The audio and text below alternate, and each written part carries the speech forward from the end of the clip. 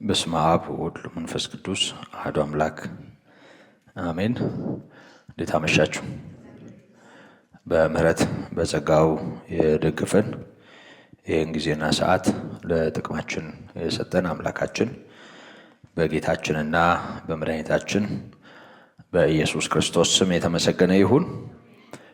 በሚረዳን ደግሞም በሚረዳን በአምላካችን በልዑል እግዚአብሔር ጸጋና ምሕረት ካቆምንበት በመቀጠል የዕለቱን የጥናት ክፍል እንመለከታለን። እንደምታስታውሱት ባለፈው ሳምንት በአንደኛ ጢሞቴዎስ ምዕራፍ 1 ከቁጥር 12 ጀምሮ እስከ 17 ባለው ቃል መነሻነት ተምረን ነበር። ብቻውን አምላክ የሆነው የማይጠፋው የዘመናት ንጉሥ ያደረገለት ምሕረትና የተገለጠለትን ጸጋ በተመለከተ ሐዋርያው ከራሱ ሕይወት ምስክርነት በመነሳት ጸጋና ሐዋርያነትን በራሱ በእግዚአብሔር ምሕረት ማግኘቱን ከዛ ባሻገር ከመዳን ባለፈ የስሙ ምስክር እንዲሆን ጌታ እንዴት ሐዋርያውን እንደጠራው ከጥሪው ታሪክ በመነሳት ይህንን አይተናል። ይሄ ሰው ተሳዳቢ፣ አንገላች ምንም ቢሆን ሳያውቅ ባለማመን ስላደረገው ምሕረት ማግኘቱንም ራሱ ይመሰክራል። ምስክርነቱ እንዲሁ እግዚአብሔር ይህንን አደረገልኝ የሚል በጌታ ከተደረገለት ነገር ጋር የተያያዘ ደስታ ብቻ ሳይሆን እኔን ምሳሌ ሊያደርገኝ ነው፣ እንደኔ ላሉት ሰዎች ምሳሌ ሊያደርገኝ ነው፣ ከኃጢአተኞች ዋና በመሆን በእኔ ላይ ይህን ያህል ትዕግስቱን የገለጠው በማለት ጌታ ያደረገለትን ምሕረት ከአገልግሎት ጋር አያይዞ ነግሮናል እና ይህን ምስክርነት ሐዋርያው የሚሰጠው ያው ባለፈው እንደተማርነው ለሁሉም የእግዚአብሔር ምሕረት እንደሚያስፈልግ ያለ እግዚአብሔር ምሕረት ማንም እንደማይድን ስለሚታወቅ ኃጢአተኞችን ሊያድን ክርስቶስ ኢየሱስ መጣ ወደዚህ ዓለም የሚለው ቃል የታመነና ሁሉ እንዲቀበሉት የተገባ ነው በማለት ምስክርነቱ ያው ሌሎችም እንዲሁ እሱ እንደተጠቀመ እንደዳነ እንደተረፈ እንዲተርፉ ይሄንን እውነት ለሌሎች የሚገልጥ መሆኑን ጭምር ነበር የተመለከትነው እና ጌታ የመጣው ኃጢአተኞችን ሊያድን መሆኑንም ጭምር ለጻድቃን እንዳልተገለጠ በማቴዎስ 9:13 ከተጻፈው ጋራ በሉቃስ 19:10 ካለው ጋራ በማያያዝ አይተናል። እግዚአብሔር ይመስገን ስለሰማነውና ስላየነው ዛሬም በመካከላችን በሕያውነት ሲል የሚገለጠው ቃሉ እግዚአብሔር የተመሰገነ ይሁን እና ይህንኑ አሁን ያነሳሁትን በንባብ አልፈዋለሁ እስከ ቁጥር 17 ከዚያ ከቁጥር 18 ጀምሮ እስከ 20 እና ደግሞ ጌታ እንደረዳን መጠን በምዕራፍ 2 የመጀመሪያው አንቀጽ ላይ ያለውን እንመለከታለን። አነበዋለሁ። ለአገልግሎቱ ሾሞኝ ታማኝ አድርጎ ስለቆጠረኝ ኃይል የሰጠኝን ክርስቶስ ኢየሱስን ጌታችንን አመሰግናለሁ። አስቀድሞ ተሳዳቢና አሳዳጅ አንገላች ምንም ቢሆን ይህንን አደረገልኝ። ነገር ግን ሳላውቅ ባለማመን ስላደረግኩት ምሕረትን አገኘሁ። የጌታችንም ጸጋ በክርስቶስ ኢየሱስ ካሉ ከእምነትና ከፍቅር ጋር አብልጦ በዛ። ኃጢአተኞችን ሊያድን ክርስቶስ ኢየሱስ ወደ ዓለም መጣ የሚለው ቃል የታመነና ሁሉ እንዲቀበሉት የተገባ ነው። ከኃጢአተኞችም ዋና እኔ ነኝ። ስለዚህ ግን የዘላለምን ሕይወት ለማግኘት በእርሱ ያምኑ ዘንድ ላላቸው ሰዎች ምሳሌ እንዲሆን ኢየሱስ ክርስቶስ ዋና በመሆን በእኔ ላይ ትዕግስቱን ሁሉ ያሳይ ዘንድ ምሕረትን አገኘው። ብቻውን አምላክ ለሚሆን ለማይጠፋው ለማይታየው ለዘመናት ንጉሥ ምስጋናና ክብር እስከ ዘላለም ድረስ ይሁን፣ አሜን። ጢሞቴዎስ ልጄ ሆይ አስቀድሞ ስለ አንተ እንደተነገረው ትንቢት በእርሱ መልካም ጦርነት ትዋጋ ዘንድ ይህችን ትእዛዝ አደራ እሰጥሃለሁ። እምነትና በጎ ሕሊና ይኑርህ።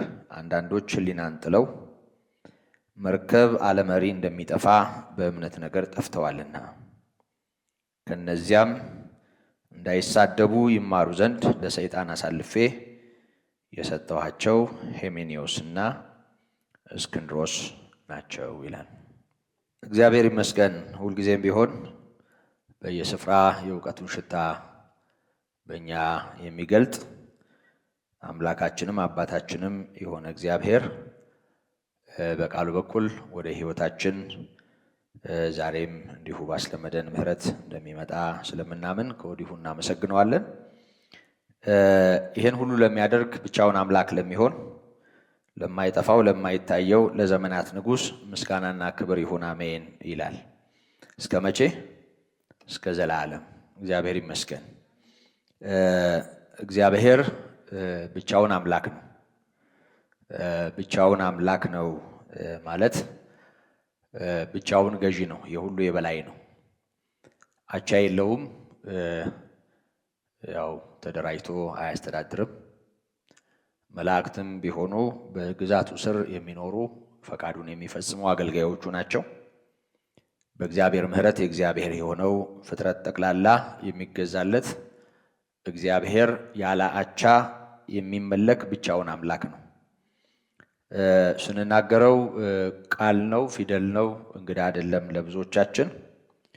አምላክ ማለት ገዢ የሚል የቃል ትርጉም እንዳለው እንዲሁ እግዚአብሔር እንደው ብቻውን አምላክ ሆኖ መለኮት ሆኖ የሚታይ የምንዘምርለት ጌታ ነው ለማለት ብቻ ሳይሆን እግዚአብሔር ብቻውን ገዢ ነው እና ብቻውን ገዢ ለሆነው ለእግዚአብሔር የብቻው የሆነ ክብር፣ የብቻው የሆነ ምስጋና፣ የብቻው የሆነ አምልኮ ይገባዋል። ያ ማለት ለእግዚአብሔር እንደምንገዛ የምንገዛለት፣ እግዚአብሔርን በምናከብርበት መጠን የምናከብረው፣ ለእግዚአብሔር መሆን የሚገባንን የምንሆንለት እንደ እግዚአብሔር ያለ የለም እና ብቻውን አምላክ ነው ማለት በእኛ ሕይወትም እግዚአብሔር ብቻውን አምላክ ነው እና ይሄንን እንድናስተውል ጸጋው ያግዘን። ስለዚህ እግዚአብሔር ብቸኛው ገዣችን ይሁን፣ አምላካችን ይሁን አይደል? አዎ፣ እግዚአብሔር ብቻውን ገዣችን አምላካችን ይሁን። ይሄ አምላካችን የማይጠፋ ነው እና መንፈስ ስለሆነ እነዚህ ዓይኖች አያዩትም፣ ያየነው በእምነት በኩል ነው። እግዚአብሔርን በእምነት ካልሆነ ማየት አይቻልም፣ ያለ ቅድስና ማየት አይቻልም። ትቀደሱ ዘንድ ፈልጉ፣ ያለ እርሱ ጌታ ላይ የሚቻለው የለም ተብሎ ተጽፏል። ስለዚህ በተፈወሰ ማንነት የምናየው በተፈወሰ ማንነት ያልተሰወረን ራሱን ለኛ የገለጠ አምላካችን ትልቅ ነው፣ የዘመናት ሁሉ ንጉሥ ነው። ክብርም ምስጋናም ኃይልም ለእርሱ ይሁን ይላል። አሜን። እና ከእርሱ ጋር የተያያዘውም ክብር የማይጠፋ ነው። የማይጠፋ የሚባል ክብር በምድር ላይ የለም። ይህን ታውቃላችሁ። የባለስልጣናት ክብር ቢሆን የተለያዩ የከበሩ ነገሮችም ክብር ቢሆን በምድር ላይ አለ የሚባል ከፍታ የትኛውም ቢሆን የሆነ ወቅት ታሪክ ይሆናል፣ ይወይባል። የሆነ ወቅት በነበር የሚታሰብ ነው እና እስከ ዘላለም ድረስ በማይደበዝዝ ክብር የሚኖር እግዚአብሔር ብቻ ነው። ጊዜ የማያስረጀው ክብር እግዚአብሔር ብቻ ነው እና እግዚአብሔር በእውነት የማይጠፋ ክብር ነው። ክብርና ምስጋናም ይድረሰው። እግዚአብሔር ይመስገን። እንግዲህ ወደ ኋላ ብዙ ላለመመለስ ነው እዚሁ አካባቢ ጥቂት ያልኩት። በእውነቱ ከቁጥር 12 ጀምሮ እስከ ቁጥር 17 ያለው ራሱን ችሎ ሌላ መጽሐፍ፣ ሌላ ተከታታይ ትምህርት የሚሆን በጣም ልብ የሚገዛ ብዙ ነገር ያለው ነገር መሆኑ ለብዙዎቻችን የተሰወረ አይደለም። ቀጣዩን አንቀጽ ወይም እዚሁ ምዕራፍ ላይ ተቆርጣ የቀረችውን ከቁጥር 18 እስከ 20 ያለችዋን ደግሞ እንመለከታለን። ሐዋርያው ወጣቱ ጢሞቴዎስን በእምነት የሆነውን ገደል በመጋደል ስለ መጽናት ይመክረዋል። ከቁጥር 18 እስከ 20 በጥቅሉ ይህንን የያዘ መሆኑን ማስተዋል እንችላለን። በመልእክቱ ዝርዝር ውስጥ ያለውን ደግሞ እንመለከታለን። እንደምታውቁት ጳውሎስ በአገልግሎት ከወለዳቸው ወደ ልስጥራንና ወደ ደርቤን ባደረገው ጉዞ ካገኛቸው ደቀ መዛሙርት መሃል ነው። በዚህ ሐዋርያው ለጳውሎስ በብዙ መንገድ በአገልግሎት በወንጌል እውነት በኩል አባቱ ነው እና በዚህ መንገድ ራሱን ይገልጣል። ልጄ ይለዋል። እንግዲህ መግቢያው ላይ ብዙ በዚህ ዙሪያ ስላልኩ ደግሜ ጊዜ አልወስድበትም። እንደ አባት እንደ ታላቅ ለልጁ እንደሚያስብና ልጁን እንደሚያዝ ልጁን በተለያየ ጉዳይ እንደሚያስጠነቅቅ ሰው ነው ሐዋርያው በዚህ መንገድ ጢሞቴዎስን የሚናገረው። አስቀድሞ ስላንተ እንደተነገረው ትንቢት በእርሱ መልካም ጦርነት ትዋጋ ዘንድ ይህችን ትእዛዝ አደራ ሰጥቼሃለሁ ይለዋል እና መልካም ጦርነት የሚለው ይሄንን መንፈሳዊ ተጋድሎ ነው። ከእግዚአብሔር ጋር ሰው ወግኖ ከእውነት ጋር ተስማምቶ በትክክል በጽድቅ ሊያደርገው የሚገባው መንፈሳዊ ተጋድሎ በተመለከተ ወጣቱን ቅዱስ ጳውሎስ ያበረታታል እና ሐዋርያው ስለዚህ ሰው የሚመሰክረው ምስክርነት አለ። ይህም ምስክርነት ስላንተ እንደተነገረው ትንቢት በእርሱ መልካም ጦርነት ትዋጋ ዘንድ ይህችን ትእዛዝ አደራ ሰጥቼሃለሁ ይለዋል እና ይሄ ስለሱ የተነገረው መልካም ነገር ጢሞቴዎስን ሐዋርያው ባገኘበት ወቅት እርሱ በተገኘበት አካባቢ የነበሩ ሰዎች ስለሱ የሰጡት ምስክርነት፣ ስለ ጢሞቴዎስ የሰጡት ምስክርነት እና ከዛ ጋር የተያያዘው ነገር ስለ ጢሞቴዎስ ቀጣይ ሕይወት ጭምር የሚያሳይ ልክ እንደ ትንቢት የተቆጠረ ሆኗል። ለዚህ ነው ስላንተ እንደተነገረው ትንቢት መጠን የሚለው ብለው ይህንን እንደ አንድ ማስረጃ ትንቢት የተነገረለት በጎ ወታደር ለመሆኑ ያነሳሉ። ምዕራፍ 16 ሐዋርያት ሥራ ምዕራፍ 16 ከቁጥር 1 ጀምሮ እስከ 3 እንዲህ የሚል ቃል እናያለን። ወደ ደርቤንና ወደ ልስጥራን ደረሰ። እነሆም በዚያ የአንዲት ያመነች አይሁዳዊት ልጅ ጢሞቴዎስ የሚባል አንድ ደቀ መዝሙር ነበረ እና አባቱ ግን የግሪክ ሰው ነበረ። ለእርሱም በልስጥራን በኢቆንዮን ያሉ ወንድሞች መሰከሩለት ይላል ቁጥር 3 ላይ እና አማኝ የሆነች አይሁዳዊት ናት እናቱ፣ አባቱ ግሪካዊ ነው። ይሄ ሰው የአካባቢውን ምስክርነት አግኝቶ ነበር። ስለሱ መሰከሩለት ይላል እና ወንድሞች ጢሞቴዎስን በተመለከተ በጎ ነገር ለጳውሎስ እንደተናገሩ ያሳያል። ስለዚህ ስለሱ የነሰጡት መልካም ምስክርነት እንደ ትንቢት ተቆጥሯል የሚሉ አሉ።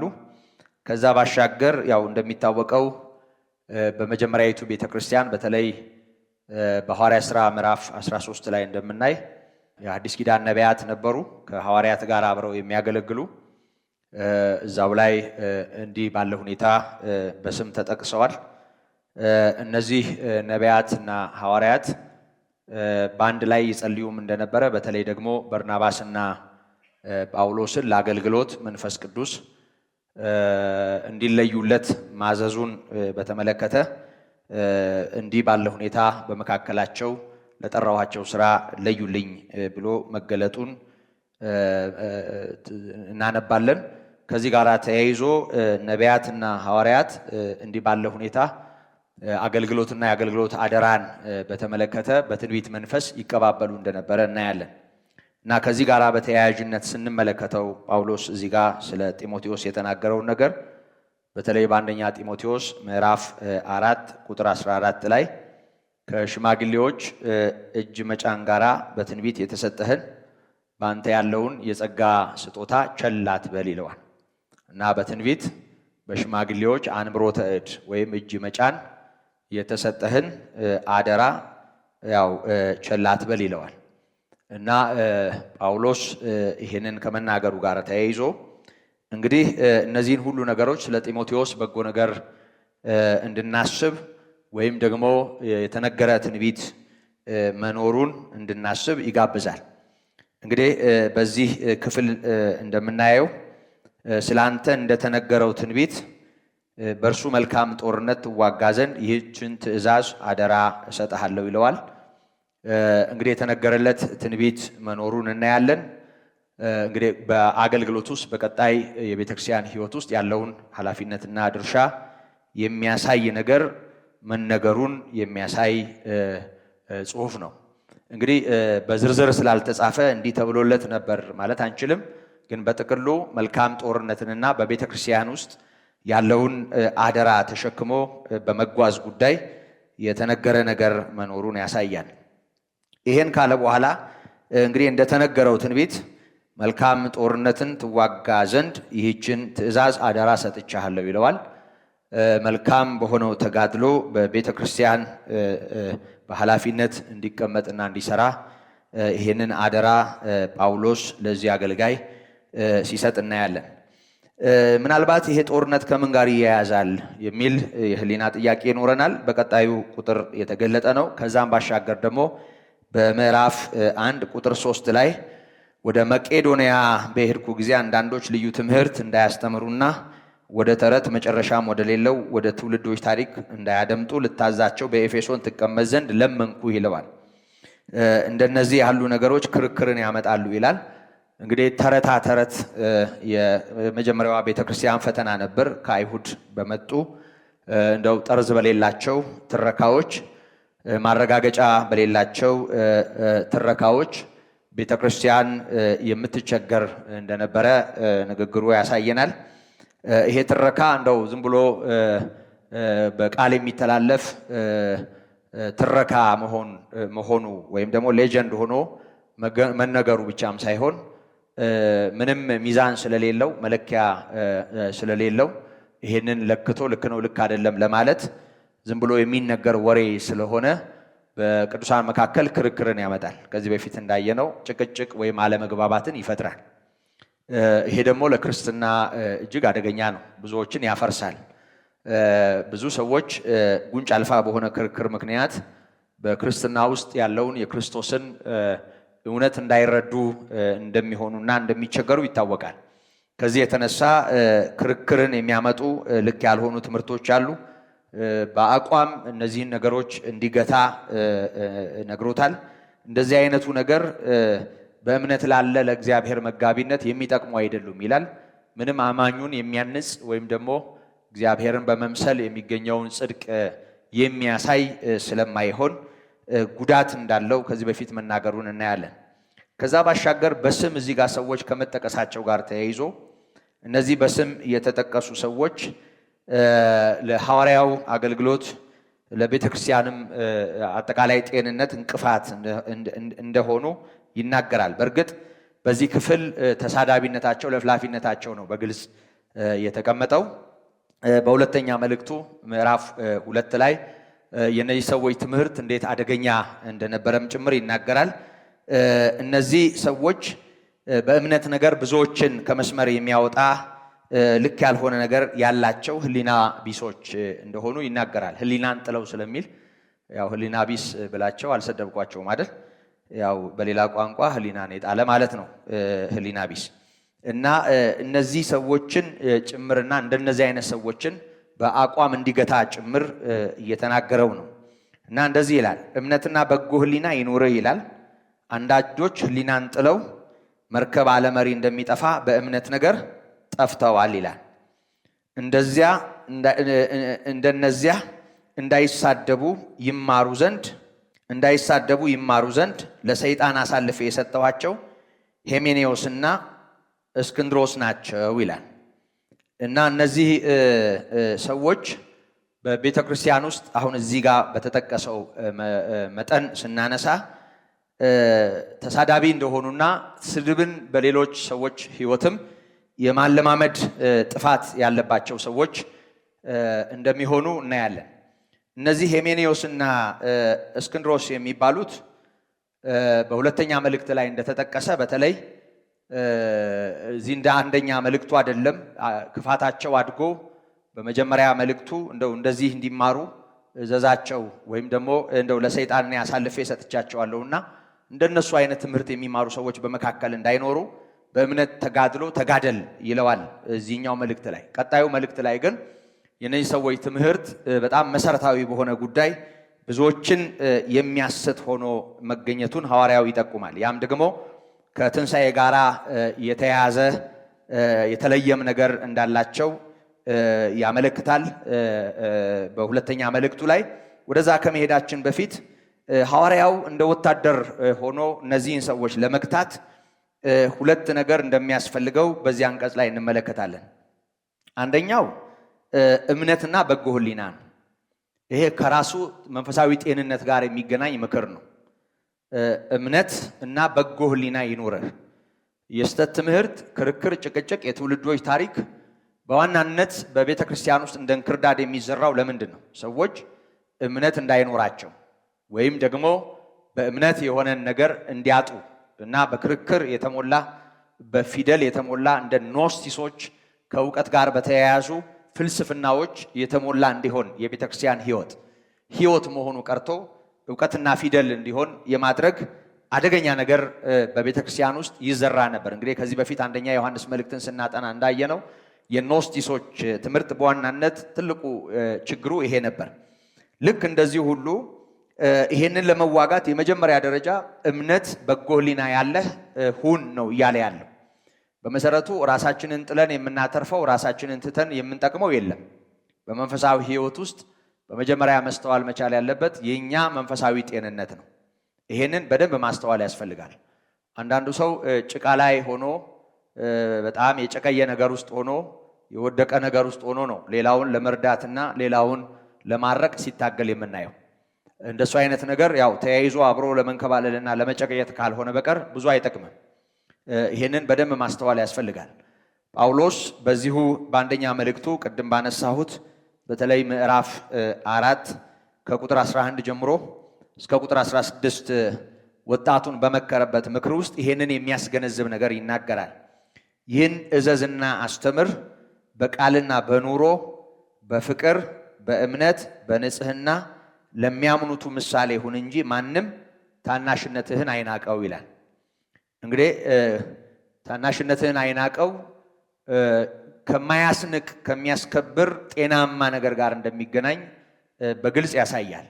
እንደው ዝም ብሎ አክብሩኝ አይነት መንጠራራት ሳይሆን ወይም ደግሞ ክብርን በመፈለግ ራስን የተለየ ቦታ ላይ በማስቀመጥ ሳይሆን እንደውም በዚህ መንገድ ክብርን የሚፈልጉ ሰዎች ክብር አይኖራቸው እና በጤናማ ሕይወት በሚያስከበር በማይደፈር ሕይወት ማንም እንደፈለገ አስተያየት በማይሰጥበት ጤናማ ነገር በቃልም በኑሮም በፍቅርም በእምነትም በንጽህናም ለሚያምኑቱ ምሳሌ ሁን ይለዋል። ምሳሌ ሁን እንጂ ማንም ታናሽነትህን አይናቀው። እንግዲህ እነዚህ ነገሮች ካሉ የግድ ጤናማ የሆነ ነገር ይኖራል። እስከ መጣ ድረስ ይለዋል። ወደ ራሱ ሕይወት እየጠቆመው ነው። ለማንበብ፣ ለመምከር፣ ለማስተማር ተጠንቀቅ። እነዚህ በጣም መሰረታዊ ነገሮች ናቸው። እስከ መጣ ድረስ ለማንበብ፣ ለመምከር፣ ለማስተማር ተጠንቀቅ። በትንቢት ከሽማግሌዎች እጅ መጫን ጋር የተሰጠህን ባንተ ያለውን የጸጋ ስጦታ ቸል አትበል። ማደግህ በነገር ሁሉ እንዲገለጥ ይህንን አስብ፣ ይህንንም አዘውትር። ይህንን ተመኝ ብቻም ሳይሆን እነዚህን ጉዳዮች አዘውትር። ያ ቢሆን ውጤቱ ምን ይሆናል? በእነዚህም ጽና። ይህንን ብታደርግ ይለዋል ራስህንም የሚሰሙህንም ታድናለህ ይለዋል። እና አንተም ተጠልፈህ አትወድቅም፣ አንተም ተጠርገህ አትሄድም፣ ሰሚዎችህም ይጠቀማሉ። ስለዚህ በእነዚህ ነገሮች ጽና፣ እነዚህ ነገሮች አዘውትር፣ ለማንበብ፣ ለመምከር፣ ለማስተማር በርታ ሲለው እናያለን። ትጋ ሲለው እናያለን። የተዘጋጀሁን ሲለው እናያለን። ይሄን ብታደርግ ውጤቱ ምን ይሆናል? ራስህንም የሚሰሙህንም ትጠቅማለህ ሲል እናየዋለን። እንግዲህ አሁንም በዚህ መልእክት ውስጥ እምነትና በጎ ሕሊና ይኑርህ ይለዋል። እንግዲህ መልካሙን ገድል ስለመጋደል እየመከረው ነው። በዚህ ጦርነት እንዲዋጋ በዛ ስፍራ መቀመጡ ለዚህ መሆኑን ጭምር እየነገረው ነው። እንግዲህ በዚህ ጦርነት አሸናፊ ሆኖ ቆሞ እንዲቀጥል ሌሎቹንም እንዲጠቅም ይሄንን ማድረግ ይኖርበታል። እምነትና በጎ ሕሊና ያለው እንዲሆን ይመክረዋል። ምክንያቱም የአንዳንድ ሰዎች ውድቀት የሚጀምረው ሕሊናን በመጣል ነው። ሕሊናን የጣለ የማያስተውል ሰው መርከብ አለመሪ እንደሚጠፋ ይጠፋል። እና በምን ጉዳይ ነው የሚጠፋው? በእምነት ነገር ይጠፋል ነው የሚለው። ወገኖቼ በደንብ ማስተዋል ይኖርብናል። በተለይ ስለ በጎ ሕሊናና ስለ እምነት በደንብ ነው ማስተዋል ያለብን። ጠላትም በብዙ መንገድ በሕይወታችን እምነትን ለመሸርሸር ነው የሚሰራው። በእግዚአብሔር ላይ ያለንን መታመን፣ ስለ ክርስቶስ የሰማነውን ጤናማ ነገር በመበረዝ በማበላሸት ለክርስቶስ ያለን በጎ ነገር ልክ እንዳይሆን በማድረግ በደንብ ይሰራል።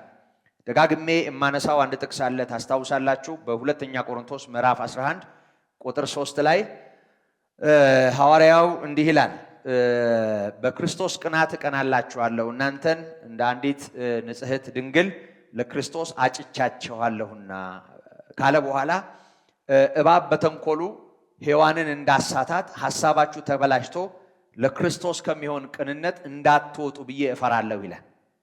እንግዲህ የሰው ሐሳብ ሲበላሽ፣ የሰው እይታ ሲመረዝ ለክርስቶስ ከሚሆን ቅንነት ይወጣል። ሰው እንደሚጠረጥር ክርስቶስን፣ ሰውን እንደሚያይ ክርስቶስን፣ በሰው ጉዳይ እንደሚሆን በክርስቶስም ጉዳይ ሰው እንደዛ ይሆናል። ኢየሱስ ክርስቶስ እንደሚያውቁት እንደ አንድ እንደፈለጉ አስተያየት እንደሚሰጡበት ግለሰብ ወይም እንደሚሰጡበት አንድ የታሪክ ባለድርሻ የሚሆንባቸው ሰዎች አሉ። ኢየሱስ ክርስቶስን በተመለከተ ከእምነት ወጥተው ትምህርት ባመጣው ጣጣ፣ ፍልስፍና ባመጣው ጣጣ፣ የተመረዘ ነገር ባመጣው ጣጣ ኢየሱስ ክርስቶስን ወደ መጣል የሚሄዱ ሰዎች በእምነት ሕይወት ዙሪያ ብዙ ሊሆኑ እንደሚችሉ መዘንጋት የለበትም። ያኔም ነበሩ። ለዚህ ነው ቅዱስ ጳውሎስ አይምሯችሁ ተበላሽቶ ሐሳባችሁ ተበላሽቶ ለክርስቶስ ከሚሆን ቅንነት እንዳትወጡ ብዬ እፈራለሁ የሚለው። ስለዚህ ለክርስቶስ የሚሆን ቅንነትን ማጣት ሕሊናን መሳት ነው፣ እምነትንም ማጣት ነው። እምነት የሌለው አማኝ ነኝ ባይ ግን በምን ተመስሏል? ያለ መሪ እንደው ዝም ብሎ በነፋስ ኃይል ወዲያና ወዲህ እንደሚነዳ ጀልባ ወይም መርከብ ይሆናል። እንግዲህ መርከብን ካፒቴኑ መምራት ካልቻለ፣ ማንቀሳቀስ ካልቻለ፣ ወደሚፈለገው አቅጣጫ የሚሄድበትን ሁኔታ የሚመራበት መሪ ከሌለው፣ እንግዲህ እስቲ መሪ የሌለው መርከብ ውስጥ፣ ለኛ ደግሞ በሚገባን ቋንቋ መሪ የሌለው መኪና ውስጥ መቀመጥ ማለት ምን ማለት? እንኳን መሪ አጥቶ ስታክ ቢያደርግ ድንገት ምን ሊፈጠር እንደሚችል ታውቃላችሁ? አልንቀሳቀስም ቢል እያለ እንኳ ወዲያና ወዲህ አልሄድም ቢል መሪ ምን ሊያመጣ እንደሚችል ለሁላችንም ግልጽ ነው። እና ምንም መሪ የሌለው ማለት በሌላ ቋንቋ ምን ማለት ነው? የሚሄድበት አቅጣጫ የለውም ማለት ነው። የሚመራውም አካል የለም ማለት ነው። መሪ የሚለው ቋንቋ አቅጣጫ የሚያስይዘው ሰው ልንለው እንችላለን። ደግሞ ያ ሰው ወዲያና ወዲህ መርከቡን የሚያንቀሳቅስበትን ክብም ይሁን እንደዚህም ያለ ይሁን ብቻ የመርከብ መሪ ብለን ልናስብ እንችላለን። ያለ መሪ የሆነ መርከብ ምንድን ነው የሚሆነው? ወዴት እንደሚሄድ አይታወቅም። ባህር ላይ ነው ያለው። ነፋስ በዚህ ሲመጣ ወደዚህ፣ ከዛ ሲመጣ ወደዚህ እያደረገው እንግዲህ ያው እስኪያበቃለት ድረስ፣ እስኪሰጥም ድረስ፣ እስከሚጠፋ ድረስ በእንዲህ አይነት እንግልት ወደሚፈለገው ወደ የትኛውም አቅጣጫ የማይደርስ ይሆናል ማለት ነው። እና መርከብ አለመሪ እንደሚጠፋ ብዙዎች በእምነት ነገር ጠፍተዋል ነው የሚለው። አሁን ያለንበት ጉዞ የሚቀናው መሪ በሕይወታችን ካለ ነው። ያ መሪ ደግሞ እምነት ነው። ያለ እምነት በምንም ተአምር ይሄ ጉዞ አይቀናም። ጉዟችን ውስጥ እንቅፋት ይሰነቀራል። ጉዟችን ውስጥ ጥፋት ወይም ኃጢአት ይሰነቀራል። ጉዟችን ውስጥ ሰይጣን ይሰነቀራል። የስህተት ትምህርቶች፣ ፍልስፍናዎች፣ ልዩ ልዩ አይነት መንፈሳዊ ሩጫችንን ሊገቱ የሚችሉ ነገሮች በሕይወታችን ይኖራሉ። እነዛን ልንገራችሁ። በዚህ አእምሮ ፈትናችሁ መርምራችሁ ያለ እግዚአብሔር ጸጋ ያለ እምነት በክርስቶስ ላይ ያለ አቋም በሌለበት ሁኔታ ልታሸንፉ አትችሉም። በአእምሮ ጠባይ የማንረታቸው፣ በሪዝን የማናሸንፋቸው፣ በእምነት ብቻ የምንረታቸው ነገሮች እንዳሉ መረሳት የለበትም። ምክንያቱም እግዚአብሔር በእኔና በእናንተ ሕይወት እንኳ ስፍራ ያገኘው በእምነት በኩል ነው። በእኛ ሕይወት ብቻ አይደለም፣ ከዓለም ጋር ያለው ግንኙነት በእምነት በኩል ነው። ያለ እምነት እግዚአብሔርን ደስ ማሰኘትም አይቻልም፣ ወደ እግዚአብሔር መድረስም አይቻልም። ዕብራውያን 11 ላይ ያነበብነው ያንን ነው። ቁጥር 6 ላይ ወደ እግዚአብሔር የሚደርስ እግዚአብሔር እንዳለ ለሚፈልጉት ዋጋ ይከፍል ዘንድ እንዳለው ያምን ዘንድ ያስፈልገዋል ይላል። እግዚአብሔር አለ። እየሰማችሁ ነው? እግዚአብሔር አለ። አለ ብቻም ሳይሆን ለሚፈልጉት ዋጋን ይከፍላል። አለ ዳኛ የሆነ እግዚአብሔር። ይሄንን የምናውቀው በምንድን ነው? በስሜት ሐዋሳችን ነው? ይሄንን የምናየው ወይም የምንረዳው በምንድን ነው? ዳሰን ነው? ነክተን ነው? በሆነ ነገር ምክንያት ነው? እግዚአብሔር ሕያው መሆኑን ህልው መሆኑን ያረጋገጥ ነው በምንድን ነው? በምንድን ነው? በእኛ ህይወት ዙሪያ ልክ ያቺ አጋር ያለችው ነገር አለ አይደል? እግዚአብሔርን በዚህ አየሁት አለች። በኤርላሃ ኤርሮሂ አለች። ሲያየኝ የኖረውን በዚህ አየሁት አለች። ልክ በቃ አሸዋው ሲነደልና ለልጇም ለሷም የሚሆን የሚጠጣ ስታገኝ በሞት ፍርሃት ውስጥ ስለነበረች እስማኤልን ይዛ በረሃ ላይ ስለነበረች ልክ ነፍሷን ርፍ የሚያደርግ የሚያቀዘቅዝ ነገር ምድረ በዳ ስታይ ሲያየኝ የኖረውን በዚህ አየሁት አለች። አዎ በዚህ አየሁት። በዚህ አየሁት ማለት በምድረ በዳ ላይ ውሃ ስለሰጣት አሸዋው ስለተነደለ የእግዚአብሔር ክብር በዚህ አይነት መልኩ ስለተገለጠ ነው። እኔና እናንተ በኤርላሃ ኤርሮሂ የምንልበት እግዚአብሔርን የምናይበት ያየንበት ብርሃን ምንድን ነው? እግዚአብሔርን ያየንበት ብርሃን ምንድን ነው? አዎ ኢየሱስ ክርስቶስ ብርሃን ነው። ግን እርሱን ያየንበት ብርሃን ምንድን ነው? እምነት ነው። በእምነት ካልሆነ ይሄ ጉዞ አይቀናም። ይኸውላችሁ እምነት ማለት ደግሞ ደጋግሜ እንደማነሳው ቅዱሱ የእግዚአብሔርም ቃል እንደሚያሳየን በቃ እግዚአብሔር አለ፣ እግዚአብሔር ሕያው ነው፣ እግዚአብሔር ሁሉን ይችላል፣ እግዚአብሔር አምላክ ነው የሚል እንደው ይሄ የጅምላ እምነት አለ አይደል? ዝም ብሎ የጋራ እምነት ማንም ሰው ይላል። ሰው በተለያየ ሁኔታ እግዚአብሔር ያውቃል፣ እግዚአብሔር ይፍቀድ፣ መቼም የእግዚአብሔር እንደው ውሳኔ ነው፣ የ80 ቀን እድሉ ነው፣ የ40 ቀን ምናምኑ ነው፣ መቼም እግዚአብሔር ያላለው ይላል ሰው ሁሉ የሚያምን የማያምን ያነበበ ያላነበበው ሁሉ ይሄንን ይላል። በእንዲህ አይነት የጅምላ እምነት አይደለም እግዚአብሔርን የምናምነው። እግዚአብሔር በቃሉ ራሱን በገለጠበት በዛ ሁኔታ እግዚአብሔርን እናምነዋለን። የእግዚአብሔር ቃል እምነት በሕይወታችን አምጥቷል። እምነት ከመስማት ነው ተብሏል። ይሄ ዝም ብሎ ማመን አይደለም፣ ከመስማት ነው። መስማትም የእግዚአብሔርን ቃል ነው። ሮሜ 10:17 ላይ እንደተጻፈ የእግዚአብሔር ቃል መሰረት የሆነለት እምነት አለን።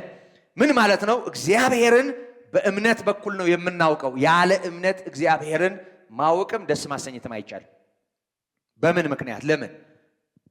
በግልጽ እንደተጻፈው በእግዚአብሔር ጥበብ ምክንያት። እግዚአብሔር ጥበቡ እንደዚህ ነው፣ አይደረስበትም፣ አይመረመርም፣ ይሄ አእምሮ አያገኘውም። በስብከት ሞኝነት የሚያምኑትን ነው ሊያድን በጎ ፈቃዱ የሆነው። ስለዚህ ምን ማለት ነው? በሌላ ቋንቋ በራሱ በኢየሱስ ክርስቶስ የተገለጠውን በነቢያት ምስክርነት የተረጋገጠውን እውነት የሆነውን እግዚአብሔር ስለ ክርስቶስ በተለያየ መንገድ ያበራልንን ያንን እውነት አሜን የምንልበት እምነት። ከዛ ባሻገር ደግሞ ኢየሱስ ክርስቶስን በተመለከተ በጎ ሕሊና ያልቆሸሸ ሰይጣንና የፍልስፍና ትምህርት የተለያየ አይነት አጓጉል ነገር ያልመረዘው ንጹህ ሕሊና ያስፈልገናል። ከዚህ የተቀዳ ከእግዚአብሔር ቃል የተቀዳ ሐዋርያት ከኖሩት ከሰበኩት የተወረሰ እምነት ምንም ሌላ ነገር ያልተጨመረበት እንደሱ አይነት እምነት ያስፈልገናል። እንደሱ አይነት በጎ ሕሊና እሱን የመረዳት በጎ ሕሊና ያስፈልገናል። እና አንዳንዶች መርከብ አለመሪ እንደሚጠፋ እንዲሁ ምን ሆነዋል? በእምነት ነገር ጠፍተዋል። ከእምነት ጋር በተያያዘ ጉዳይ መሪ እንደሌለው መርከብ ብዙዎች ሆነዋል። እና እንዲህ አይነት ከርታቶች ይኖራሉ። ዛሬም ቢሆን ሰው ቤተ እምነቱ ስለተገኘ ብቻ ያምናል ማለት አይደለም። እርፍ ማለት ያልቻለ ዝም ብሎ ሲቀማመስ የሚኖር አለ። ታውቃላችሁ አይደል? ደሞ ሊየው ይላል። አንድ ቦታ ይሄዳል፣ እዚህ ጋር እጅ ይጫንበታል፣ እዚህ ጋር ደግሞ እግር ይጫንበታል። እግርም የሚጭኑ አሉ። ታውቃላችሁ? እየቀለልኩ እንዳይመስል። አላያችሁ? የለም? አዎ፣ አይሆንባችሁ አይሆንባችሁ። ክርስቶስ በበጎ ሕሊናና በእምነት በልባችሁ ይኖር። ከበቂ በላይ ነው ጌታ። አዎ፣ እዚህ ጋር በተጻፈው መጠን ጌታ ኢየሱስ ክርስቶስን ማመን ከቻል ምንም እኮ ማወሳሰብ አያስፈልግ፣ በጥቅስ ላይ መራቀቅ አያስፈልግ፣ ፍልስፍና ውስጥ መግባት አያስፈልግ። ክርስቶስን ምዕራፍ 3 ቁጥር 16 ላይ እንደተጻፈው እግዚአብሔርን የመምሰል ምስጢር ያለ ጥርጥር ታላቅ ነው። በሥጋ የተገለጠ በመንፈስ የጸደቀ ለመላእክት የታየ በአሕዛብ የተሰበከ በዓለም የታመነ ማን ነው? እሱ በክብር ያረገው። አዎ ይሄ ጌታ በዚህ መጠን የእግዚአብሔር ቃል በሚለው መጠን የእግዚአብሔር ልጅ ነው ይላል። የእግዚአብሔር ልጅ ነው። ቀዳማዊ ቃል ነው። አስቀድሞ ቃል የነበረ ነው። የሆነው ሁሉ በሱ ሆኗል። አሜን። ቃል ሥጋ ሆኗል። ጸጋና እውነትን ተሞልቶ በእኛ አድሯል። አሜን። ስለ ኃጢአታችን ተሰቅሏል፣ ሞቷል። አሜን። ስለ ጽድቃችን ተነስቷል፣ በክብር አድርጓል። አሜን። በአብ ቀኝ ያለ ሊቀ ካህናችን ነው። አሜን። ደግሞ ተመልሶም ይመጣል፣ ቤተ ክርስቲያን ይወስዳል። አሜን። በቃ ሐዋርያት የሰበኩትን ቅዱሳት መጻሕፍት ያሉትን ጌታ ኢየሱስን ባለበት ሁኔታ ማለትም ቃሉ በገለጠው በዛ ሁኔታ አሜን ማለት ያቃታቸው ሰዎች ነበሩ እና መርከብ አለመሪ እንደሚጠፋ በእምነት ነገር ጠፍተዋል። ምን ይሆን የነዚህ ሰዎች ችግር? ቅድም ያነሳዋቸው ነገሮች አሉ። ከዚህ በኋላም የምናነሳቸው ነገሮች አሉ። እነዚህ ሰዎች የክርስትናው እንቅፋት ሆነው እንዳይቀጥሉ፣ ብዙዎችን እንዳይጎዱ ሐዋርያው የወሰደው የሥነ ሥርዓት እርምጃ ነበር። በዚሁ መጠን ጢሞቴዎስም እንዲያስብ ነው እየጋበዘው ያለው። መጀመሪያ እምነትና በጎ ሕሊና ይኑርህ። አንዳንዶች ይሄን በማጣት በእምነት ነገር ጠፍተዋል ይለውና ከነዚያም እንዳይሳደቡ ይማሩ ዘንድ ለሰይጣን አሳልፌ የሰጠኋቸው ሄሜኔዎስ እና እስክንድሮስ ናቸው ይላል። እነዚህ ሰዎች በሁለተኛ መልእክቱ በድጋሚ ተጠቅሰዋል። እነዚህ ሰዎች በሐዋርያው አማካኝነት ለሰይጣን ተላልፈው እንዲሰጡ ውሳኔ የተላለፈባቸው ሰዎች ናቸው። በግልጽ እንደተጻፈው ተሳዳቢዎች ናቸው። ከአንደበታቸው የሚወጣው ስድብና ጤናማ ያልሆነው ነገር የቤተ ክርስቲያንን ሕይወት የሚረብሽ ወይም የሚመርዝ ሌላውን የሚያቆስል የሚጎዳ ነው እና ይሄንን ከነዚህ ሰዎች ምዕመናን እንዳይማሩ እንዳይጋባባቸው ሐዋርያው ለሰይጣን አሳልፎ ሰጥቷቸዋል። የሥነ ሥርዓት እርምጃ ወስዶባቸዋል። ከዚህ ጋር በተያያዥነት ጥቂት ነገር ላይ ማስመር እወዳለሁ። እንደሚታወቀው ጌታ ኢየሱስ ክርስቶስ በማቴዎስ 18:17 ላይ ኃጢአታቸው የምትይዙባቸው ይያዝባቸዋል ብሏል። የምትፈቷቸው በሰማይም የተፈቱ ይሆናሉ፣ በምድር ያሰርከው በሰማይ የታሰረ ይሆናል ብሏል። ይሄ መቼም ያው ብዙዎቻችን የምናውቀው ነገር ነው። ማሰርና መፍታት አይደል? ከኃጢአት ማሰሪያ እግዚአብሔር ይፍታህ የሚሉ ብዙ ቀሳውስት ስለምናውቅ የተለመደ ነው እና ስልጣን ሰጥቶናል። እኛ ያሰርነው የታሰረ፣ የፈታነው የተፈታ ይሆናል ይላሉ እና እውነታው እውነት ነው። ማን ይሰር በምን ምክንያት ይሰር ነው ጉዳዩ እንጂ ማሰርና መፍታት መጽሐፍ ቅዱሳዊ ነው። ጌታ ነው ያለው። ይሄ በተግባር በምን አይነት ሁኔታ እንደተገለጠ ለምሳሌ በዚሁ በአንደኛ ቆሮንቶስ ምዕራፍ 5 ቁጥር 13 ላይ በአንድ ሰው ችግር ዙሪያ ጳውሎስ የሰጠውን ምላሽ እናያለን።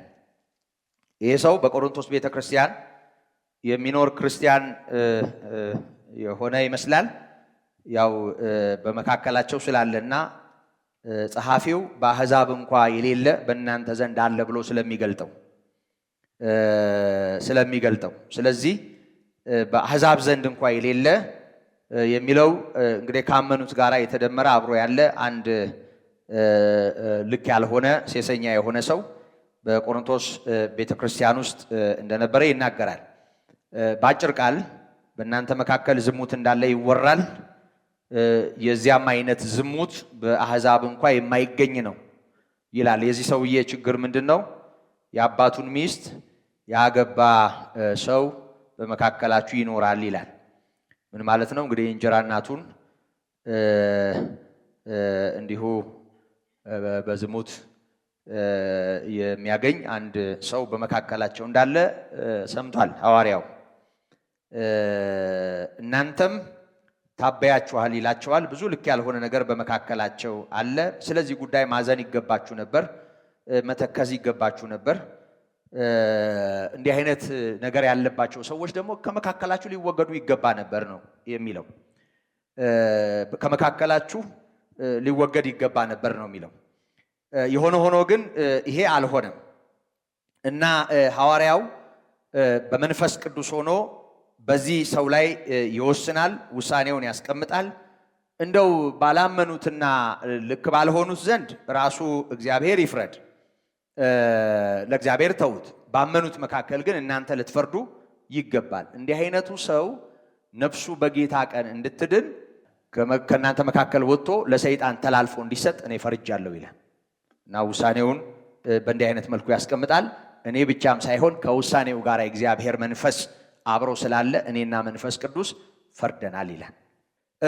ይሄ ፍርድ በእርግጠኝነት ጌታ ካለው ውሳኔ ጋራ ማነው ጌታ ካስተማረው ትምህርት ጋራ ቀጥተኛ ግንኙነት አለው። ምን ማለት ነው? ያሰራችሁት የታሰረ ይሆናል ነው የሚለው።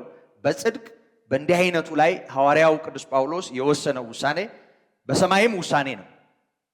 ምክንያቱም ቤተክርስቲያንን የሚያሳድፍ ቅዱሳን መካከል ነውር ሆኖ ክፉ እርሾ ሆኖ የሚገለጥ ስተትና ስንፍና ስለሆነ እርሾ ስለሆነ ሌላውንም አዲሱን ሊጥ ጭምር ሊመርዝ እዛ አካባቢ ያለውን ጭምር ሊያበላይ ስለሚችል፣ ስለዚህ እንዲህ አይነቱን ሰው አውጡት ከመካከላችሁ ለሰይጣን ተላልፎ እንዲሰጥ እኔና መንፈስ ቅዱስ ፈርደናል ይላል እና ቤተክርስቲያንም ፈራጅ እንደሆነች እንደውም የመጨረሻው ቃል ላይ እንዲህ አይነቱን ከመካከላችሁ አውጡት ነው የሚለው። እናንተ ልትፈርዱ አይገባም ወይ የእግዚአብሔር እንደመሆናችሁ መጠን ይላቸዋል። እንዲህ አይነት ውሳኔና እንዲህ አይነት ፍርድ በቤተክርስቲያን ውስጥ ተቀባይነት ያለው ነው። በምን መጠን? በሁለተኛ ቆሮንቶስ ምዕራፍ 5 ከቁጥር 18 ጀምሮ እግዚአብሔር ዓለሙን በክርስቶስ ከራሱ ጋር ያስታርቅ ነበር ይልና ያንን የማስታረቅ ቃል በእኛ አኖረው ይላል።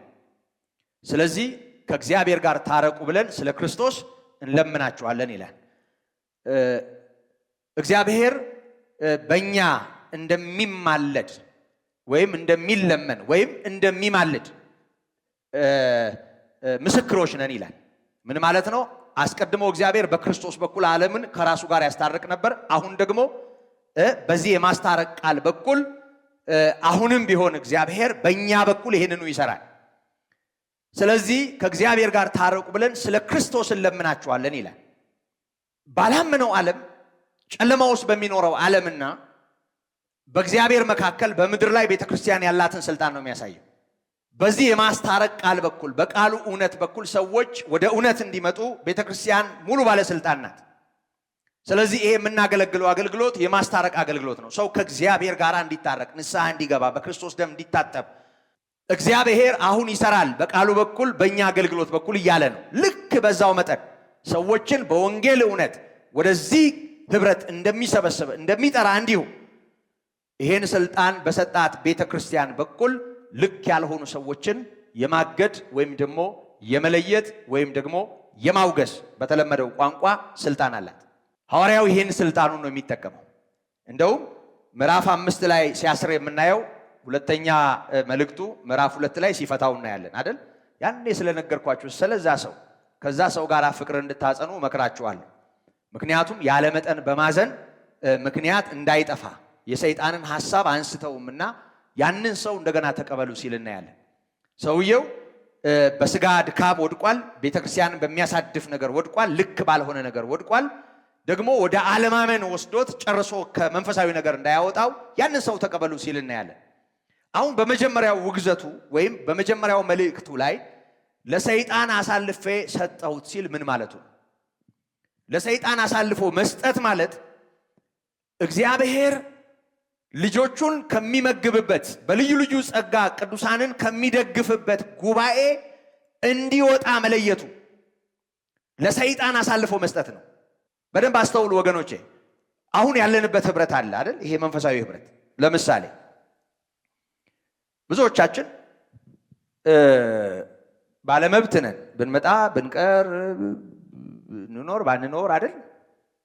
ከተመቸን እንኖራለን። ስራ ካላስቸገረንም እንኖራለን። ደግሞ ባንኖርም ብዙ ያን ያህል አንጨነቅም። እግዚአብሔር መንፈስ አይደል? ያው ቤታችንም አለ፣ ስራችንም ቦታም አለ አይደል? የለም? አዎ። ስለዚህ በክርስቶስ አለ እግዚአብሔር የሚመለከው፣ በክርስቶስ በኩል አለ እግዚአብሔር ያለው። ስለዚህ ባለንበት በክርስቶስ በኩል አለ። በተለያየ ምክንያት እግዚአብሔርን እንዲህ ባለ ሁኔታ የማያመልክ ሰው ይሄንን ቢያስብ ይሄንን ቢናገር ነውር ላይሆን ይችላል። ግን በደንብ አሁንም አስረግጬ መናገር የምወደው ነገር ምንድነው? ይኸውላችሁ እግዚአብሔር ልዩ ልዩ ስጦታዎችን በቤተ ክርስቲያን በኩል ለዓለም ሁሉ እንዲታወቅ በምድር ላይ ቤተ ክርስቲያንን ነው ያኖራት። ቤተ ክርስቲያን የገሃነም ደጆች አይችሏትም። ሰዎችን ነጥቃ እግዚአብሔር ለማድረግ ስልጣን አላት። ብቸኛዋ የሰማይ ወኪል ናት በምድር ላይ ብቸኛዋ። ሰዎች እንዲድኑ ከእግዚአብሔር ጋር እንዲታረቁ ከስተት እንዲያመልጡ ብቸኛ እግዚአብሔር 3-4 ተቋም የለውም በምድር ላይ። ብዙ ቤተ እምነቶች የሉትም፣ ብዙ ድርጅቶች የሉትም። እግዚአብሔር አንዲት ቤተ ክርስቲያን ናት ያለችው። ብቸኛዋ ባለስልጣን ቤተ ክርስቲያን ናት በምድር ላይ። የጠላትን ስራ የሚያፈርሰው ክርስቶስ ብዙዎችን ገንዘብ እንዲያደርግ ውክልና ከመለኮት የተቀበለች ብቸኛዋ አካሉ ናት። የአካሉ ብልቶች ነን በግል። ይኸውላችሁ ከዚህ ያንን ሰውዬ ነጥሎ ማውጣት፣ አውጡት ከመካከላችሁ ይወገድ አይደለም ያለው፣ ከመካከላቸው አስወገደው። ምን ማለት ነው? በሌላ ቋንቋ እንዳይሳተፍ ተከለከለ። አብሮ እንዳያመልክ፣ ቤተ ክርስቲያን ውስጥ ካለው ነገር እንዳይቋደስ ታገደ።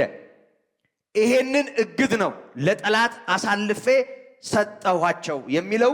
ይሄንን ነው ለሰይጣን አሳልፋችሁ ስጡት፣ አውጡት ከመካከላችሁ፣ ነፍሱ በጌታ ቀን እንድትድን ስጋው ግን ተላልፎ እንዲሰጥ እኔ ወስኛለሁ የሚለው። ምክንያቱም ተመችቶት እግዚአብሔር መሐሪ ነውን እያቀነቀነ አንዳንድ ጊዜ ይኸውላችሁ የደከመን ለማበርታት ከዚህ በላይ አቅም የለም። የደከመን ለማበርታት ግን በስንፍናችን ለመቀጠል እግዚአብሔር የምህረት አምላክ ነው፣ የይቅርታ አምላክ ነውን ማዜም ስሜት ላይሰጥ ይችላል። እግዚአብሔር ሁሉን ስለሚያውቅ እግዚአብሔር እንድንቀደስ ይፈልጋል። እግዚአብሔር እንድንለይለት ይፈልጋል። ከክርስቶስ ጋር እንድንከብርም ጭምር ነው እግዚአብሔር ልጁን የሰጠን። ንግስና የሚጠብቀን፣ መንግስት የሚጠብቀን፣ ክብር የሚጠብቀን ነን፣ ያውም የዘላለም። ከዚህ በፊት እንዳነሳ ነው ይሄ የጠፋው ልጅ ሲመጣ እንኳ አባቱ እሱን ሲቀበል ከነበረበት ሁኔታ በታች እንደው ዝም ብለን ሹክክ ብለን የሆነ በቃ ይሄውን አጥፍቶ ሲመጣ እንድች ብሎ ወደ ቤት አባቱ እንዳያየው ጥግ ጥግ እንዲህ የታከከ ግድግዳ የሚገባል አይደል? ልክ እንደሱ እንደ ትክክ ብለን በቃ እንደው ይቅር በለኝ ብለን የሆነ ነገር ተናግረን ሹልክ ብሎ ስለመግባት ነው ብዙዎቻችን የምናስበው። እግዚአብሔር ለእንዲህ አይነት ሁኔታ ልጁን አልሰጠም። ልክ ነው፣ ጌታ ኢየሱስ ያድናል። እንዲህ ባለ ሁኔታ የሚመጣውን ይቀበላል፣ በንስሐ የሚመጣውን ያስተናግዳል። ግን እኮ ያ የጠፋው ልጅ ሲመጣ አባቱ ምንድን ነው ያደረገው? በዛ መጠን በክብር አብረነው እንድንሆን ጌታ ፈቃዱ ነው። እንድንነግስ ጭምር ነው የተጠራ ነው። ከቅድስናው ተካፋይ እንድንሆን ጭምር ነው የተጠራ ነው። ይሄንን ታላቅ እውነት በሚያበላሽ ህይወታችንን ልክ ባልሆነ አቅጣጫ በሚመራ ልዩ ልዩ ድካም፣ ልዩ ልዩ ስንፍና ታጅለን ታስረንና ተይዘን የእግዚአብሔርን ምህረት እያደነቅን ምህረቱ ሲነሳ አቤት እያልን እየተገረምን እንድንኖር የእግዚአብሔር ፈቃድ አይደለም። የእግዚአብሔር ፈቃድ እርሱም መቀደሳችሁ ነው ተብሎ ተጽፏል። እግዚአብሔር የሚቀድስ ዋጋ ከፍሏል፣ እንድንቀደስ ይፈልጋል። ስለዚህ የቤተ ክርስቲያንን ውበት የሚያበላሽ እንዲህ አይነት ነውር፣ እንዲህ አይነት ግልሙትና፣ እንዲህ አይነት ችግር ያለባቸው ሰዎች እንዲሆኑ ሐዋርያው በውግዘት ጭምር ሲናገር እናያለን። በእርግጠኝነት በሰማይ ያለው እግዚአብሔር ከሐዋርያው ውሳኔ ጋር አብረው ይሰራል። ደግሞ በፍቅር ሲቀበሉም እንደዚሁ። በዚህ መጠን አንድ ጥቅስ ስላስታውሳችሁ ወዳለው በአንደኛ ጴጥሮስ ምዕራፍ 5 ንቁ፣ በሃይማኖት ቁሙ፣ ጎልምሱ፣ ባለጋራችሁ ዲያብሎስ የሚውጠውን አጥቶ እንደሚያገሳ አንበሳ በዙሪያችሁ ወዲያና ወዲህ ይላል አለ። ይሄን ካለ በኋላ በዓለም ያሉ ወንድሞቻችሁ ይህን ሁሉ መከራ እንዲቀበሉ ታውቃችሁ በእምነት ጸንታችሁ ተቃወሙት ይላል። አሁን አስቡ፣ በዓለም ያሉ ከዚህ ክልል ያልሆኑ ወገኖች አሉ። እነዛ ወገኖች እዚህ በቃ አጋጣሚ እየፈለገ ክፍተት እየፈለገ ቀዳዳ እየፈለገ ዘው ብሎ ለመግባት አድፍጦ የሚሽከረከረው ክፉ ሙሉ ለሙሉ ምክንያቱም በዓለም ስላሉ በዓለም ያለው በነሱ ስለሚኖር ሙሉ ለሙሉ በነሱ ሕይወት እንደፈለገ ይሆናል። ክፉ የሚውጠውን አጥቶ እንደሚያገሳ አንበሳ የሚሽከረከረው ወዲያና ወዲህ የሚለው ኃይል አሁን ምን ማለት ነው? ከዚህ ክልል አውጥቶ መወርወር ማለት በዓለም ባሉት ሁሉ ላይ ለሚሰራው ኃይል አሳልፎ መስጠት ማለት ነው። አሳልፎ መስጠት ማለት ነው። ይሄንን ወዳለንበት ሁኔታ ስናመጣው ይኸውላችሁ በህብረት እንደዚህ ስንሆን አብረን ጌታን ስናመልከው በእግዚአብሔር ከለላ በእግዚአብሔር ጥበቃ የእግዚአብሔር በሆነ ለየት ባለ ሁኔታ ውስጥ እንዳለን ልናስብ ይገባናል። ቤተ ክርስቲያን ሲል ከህብረት ጋር ነው የሚገናኘው። የገሃነም ደጆች አይችሏትም ሲል ከህብረት ጋር ነው የሚገናኘው። ከአብሮነት ጋር ነው የሚገናኘው። በምድር በማናቸውም ነገር ተስማምታችሁ የምትለምኑትን በሰማይ ያለው አባታችሁ ይፈጽምላችኋል። ከህብረት ጋር ነው የሚገናኘው። ስለዚህ በህብረት ሰዎችን ወደዚህ መጥራትም ሆነ በህብረት ባለ አገልግሎት ስለሌላው እየቃተቱ ሰዎች እንዲድኑ ማድረግ፣ ወደ እውነት እንዲመጡ ማድረግ፣ ሰዎች ሁሉ እንዲድኑና እውነትን እንዲያውቁ በሚፈልግ በእግዚአብሔር በአምላካችን ፊት እግዚአብሔርን ደስ የሚያሰኝ ነገር።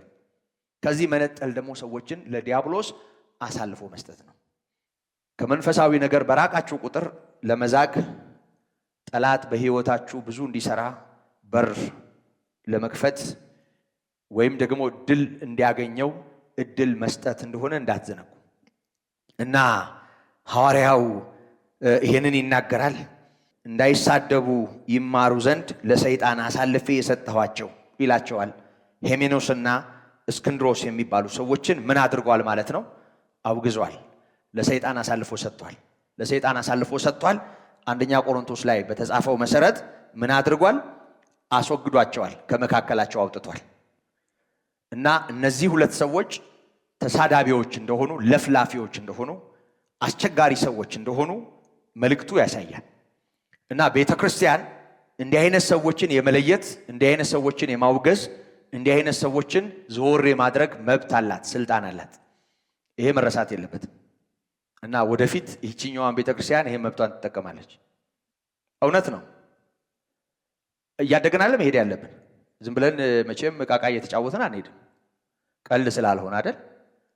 ስላልሆነ ስለዚህ ጤናማውን ነገር፣ ልክ የሆነውን ነገር፣ ቅዱስ የሆነውን ነገር፣ ንጹህ የሆነውን ነገር የሚበርዝ እንደ እርሾ አይነት ልዩ ልዩ አይነት ነውር፣ ሐሜት፣ ስድብ ከዛም ያለፈ ርኩሰት በምንም ተአምር ቤተክርስቲያን ውስጥ በምህረት ሰበብ በይቅርታ ሰበብ መታዘል የለበትም። አንቀልባ ለሱ የሚሆን አንቀልባ ሊኖረን አይገባም።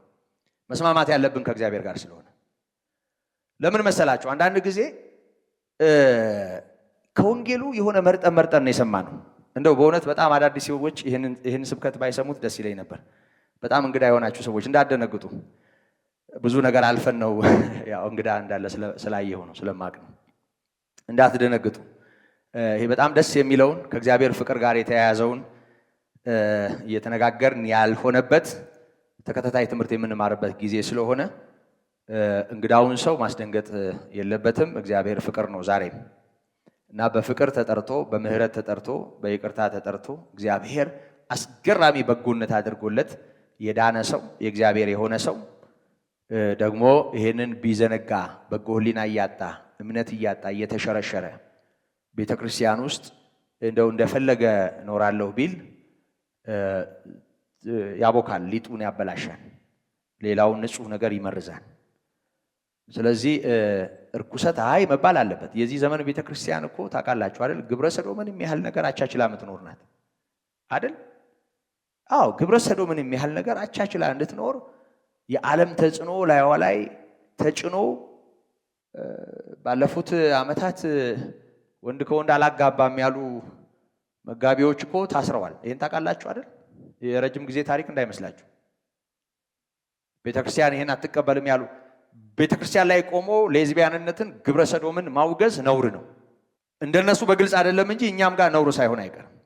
እግዚአብሔር እኮ መሐሪ ነው፣ ንስሐ የሚባል ነገርም አለ ምናምን ይላሉ ሰዎች። አጉል በቃ ክንፍ አልባ ጻድቅ ይሆናሉ። እውነቴን ነው የምላችሁ። ይሄ በጣም ትንንሹን ነገር ይሄ ግመል የምታጠሩ ማነው የምትውጡ ትንኝ የምታጠሩ እንዳለ ጌታ የሆነ ትንንሹ ነገር የሚሉት ነገር ነው። ግን በጣም ትልልቅ ነገር ቤተክርስቲያን ተሸክማ እንድትቀጥል የሚያደርግ በጣም አደገኛ ጊዜ እንደሆነ ይታወቃል። ከዚህ በፊት ሳወራው ሰምታችሁኝ ይሆናል። በእውነት ለማውገዝና ለመጉዳት ሳይሆን አንድ ወቅት በግልጽ በግብረ ሰዶም ርኩሰት ወድቆ ያገኘነውን አንድ ወንድም ለመርዳት ያውም በስውር ነው ያረግነው፣ በጣም በስውር እና በግል ነው ያረግነው።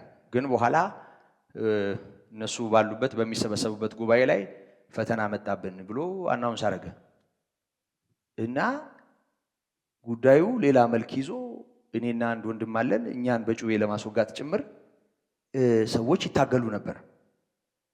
ያ ብቻም ሳይሆን በጣም የሚገርመኝ ነገር ስልኬ ላይ በእውነት ነው የምላችሁ፣ በእውነት ይሄ ዓለም ውስጥ ሰምቼው ማላውቀው ምርጥ ስድብ አልለውም አልሳደበውም እንጂ ደግሜም ልናገረው ብል አልችልም እንጂ በእውነት ነው የምላችሁ። ጎዳና ተዳዳሪ የምንላቸው ሰዎች እኔ ሲሳደቡት ሰምቼ አላቅም። በእውነት ያለማጋነን ሰምቼው ማላውቀው ስድብ ይው ማአት ቴክስት ይገባል። ስልኬ ጭውጭው ሲል ሰማለሁ። ስከፍተው ስድብ ነው፣ ስከፍተው ስድብ ነው። ሙልጭ አለ። አንድ ቀን በእውነት ቆምኩና አጠገብ ያሉትን ወንድሞች ከአንዱ ጋር አወራው። እኔ አሁን ከሆነ ሰው ጋር ብጣላ በሆነ ምክንያት እንደው ተሳደብልኝ ብልህ ተሳደብልኛለህ ብዬ ጠየቁ። ከምሬ ነው የምላችሁ። የዛን ቀን ምን እንዳሰብኩ ታውቃላችሁ? ዝም ብዬ አጠገብ ያሉትን በጣም የቅርብ የሆኑ ወዳጆቼን፣ አገልጋዮች ወንድሞቼን አሰብኳቸውና አሁን እኔ እንደዚህ አይነት ጸብ ውስጥ ብገባ ከሆነ ሰው ጋር እንደው እከሌ እኮ እንደዚህ ያደረገኝ እንደዚህ አለኝ ስደቡልኝ ብላቸው የሚሳደቡልኝ አሉ ብዬ ባስብ አንዱንም ሰው መጠርጠር አልቻልኩም። የሚሳደብልኝ ሰው ማለት ነው። እንዴት ይሆናል? እንዴት ይሆናል? ታረቁታላችሁ። ከኔ ጋር ቆማችሁ ተሳደቡ ሙልጭ ያለ ዱርዬ ትሆናላችሁ። በአንድ ጊዜ ክርስቶስ ተገልብጦ ይሆናል እንደሱ። ምን ማለት ነው? በሌላ ቋንቋ ሲጀመርም ክርስትናው የለም ማለት ነው። የክርስትና ካባ እንጂ ክርስትና የለም ማለት ነው። ሰው እኮ ማፈር ነው ያለበት። አንገቱን አቀርቅሮ እኮ ማልቀስ ነው ያለበት። ልክ ባልሆነው ጉዳይ እንዴት እንደ ትክክለኛ ሰው ቤተክርስቲያንን ሰው ያመሳል? እንዴት ይሆናል ይሄ? እኔ በታሪኬ ውስጥ ያየሁት ነው። እውነቴን ነው የምላችሁ። አቋማችን መቼም አይቀየርም። ለሰው ተብሎ የምናደርገው ነገር የለም። ይሄ እውነት ነው።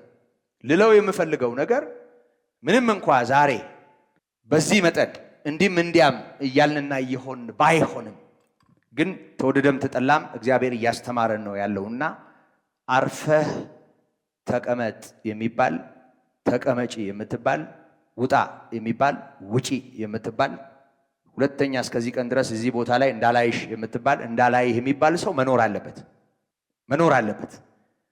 ይሄ የቤተ ክርስቲያን ስልጣን ስለሆነ እና በስህተት ትምህርት፣ በስድብ፣ በነቀፌታ ቤተ ክርስቲያንን በሚያምስ ነገር ሰይጣን የሚጠቀምባቸው ሰዎችን የሚነቅልባቸው እምነት የሚያሳጣባቸው ልክ ያልሆኑ ሰዎች ቤተ ክርስቲያን ውስጥ እንዳይኖሩ ጌታ ማሰርና መፍታት የሚባል ስልጣን ሰጥቷል። እንደው ዝም ብሎ ይሄ እንደው ያገኘውን ሁሉ ውጉዝ ከማሪዎስ አይደለም መስቀል ተሸክሞ አውግዤሻለሁ አራሿን ሁሉ ፈጭተዋን ሁሉ ደማከሴ በጠሰ ማረሻ ያዘን ጅራፍ ያዘን ሁሉ ውጉዝ ከማሪዎስ እያሉ ዝም ብሎ ያለ ቦታው መስቀል እንዲያርጉ አውግዣለሁ። እሱ ቃቃ ነው። እንደሱ አይነት ቀልድ የለም።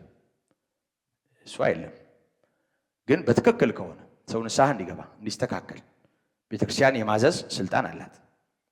አይ ያለውን ደግሞ በል ስነ ስርዓት ያዝ ማለትም አለባት። ምክንያቱም ዝም ብለን እየተሟሟቅን ንግባ አብረን ጨለማ ውስጥ ንጣ ጌታ የሰጠንን ጸጋና ሞገስ እንጉደል እንነስ በቃ አረም ይብቀልብን በቃ እግዚአብሔር መሐሪ ነው እያልን ዝም ብለን እንደፈለግን እንኑር አይቻልም። እንደሱ ይሄ የቤተ ክርስቲያን ስልጣንና መብት ነው። ይሄንን ማስገንዘብ መገንዘብም ተገቢ ነው እና እንደዚህ እንዳይሳደቡ ይማሩ ዘንድ ያው ለሰይጣን አሳልፌ የሰጠዋቸው ነው የሚለው። አሰምርበታለሁ። ለሰይጣን አሳልፌ የሰጠዋቸው ሄሜኔዎስ እና እስክንድሮስ ይላል እና ለጠላት ተላልፎ መሰጠት ማለት እንዲህ አይነቱን በጎ ነገር ከምንቀዳጅበት አላቅም። እንግዲህ እናንተም እንደዛ ስለሆነ ይመስለኛል እዚህ የተቀመጣችሁት። ለኔ ማንም ያስተምር እዛ ጋር ወንጌልን መስማት ለኔ ጥቅም ነው። ሰባኪ ስለሆንኩ የማልሰበክ ይመስላችኋል? እንደ አርቲስት እኔ አዘማሪ አስመላኪ አይደለሁም። ግልጽ ነው።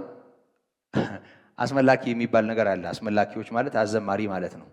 በየቤተ እምነቱ በቃ በደንብ ሰው እስኪያልበው ድረስ በደንብ አድርገው እንደ ቦሆር ወዲያ ወዲህ እየተፈናጠዙ የሚያስመልኩ አሉ። አስመላኪዎች ይባላል። እና